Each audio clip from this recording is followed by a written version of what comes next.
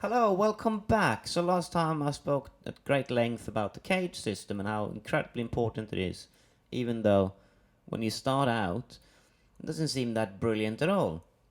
It's only as we move on and do more and more complicated stuff that it's clearly, by far, the best way to describe the guitar neck.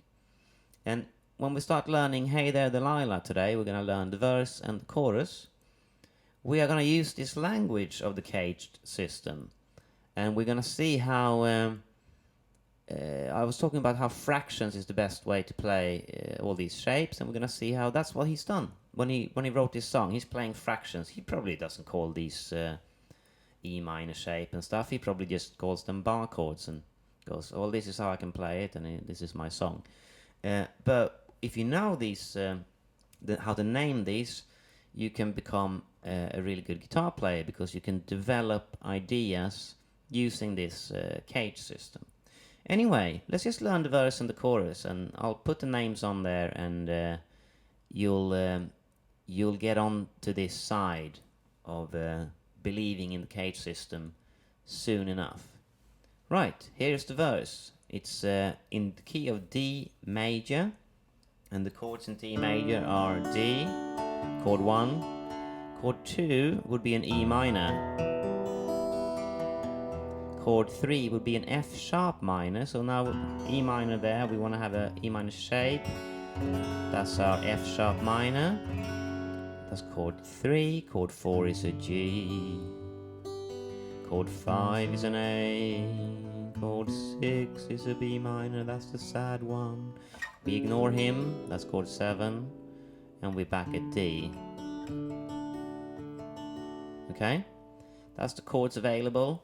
Hey There Delilah's verse goes from D, just like that, not there. We were playing the all those E-tunes and stuff, thumb, 3 fingers. No, we're not doing this. To F sharp minor, it's not that. It's just that. See how easy it is? He hasn't gone for the hard route. He's just gone for, can I create a really compact little guitar part here? Yes, I can. By going from an open position D to an E minor shaped F sharp minor, which is chord 3. That's the beginning of the verse. And the intro is this as well. Now we're gonna move on to the next part of the verse, which is B minor. We just hold the last note in preparation for changing. Like there. So I didn't go at the end, I just held that note. That's purely so we can go to a B minor. So here's an A minor chord. Here's a B minor chord in an A minor shape. See how my hand changed there? Playing the big chord, a big bar chord, maybe even pressing down top note. To what he's doing is just those. Much easier, right? It's not a bar chord anymore, you're just fretting notes. Here's B minor, and then again, an open string there. The last note we don't pluck, we just go. That's so we can go to the next chord, which is a G to an A, back up to B minor, and to A. Okay, I'll go through that again before we do the last bit on the A there. So B minor,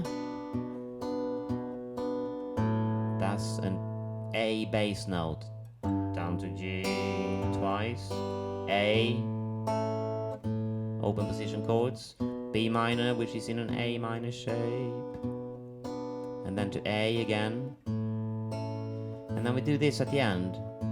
That's a G shape, because that's a G-shaped A, but we want to play this bit. So the whole verse is this.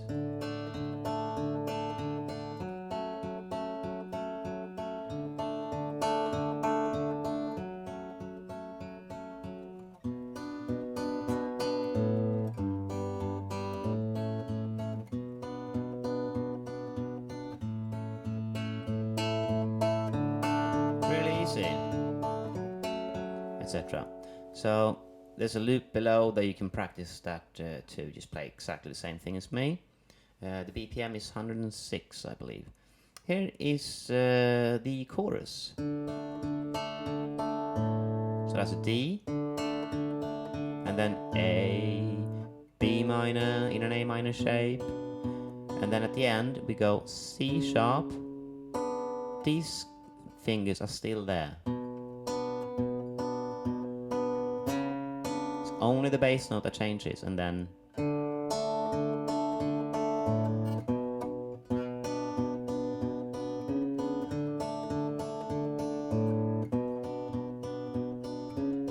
that's it.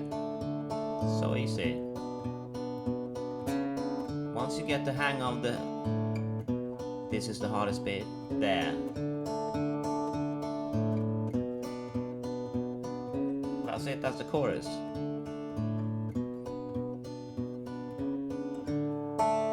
So, there's a loop below where you can practice that along to.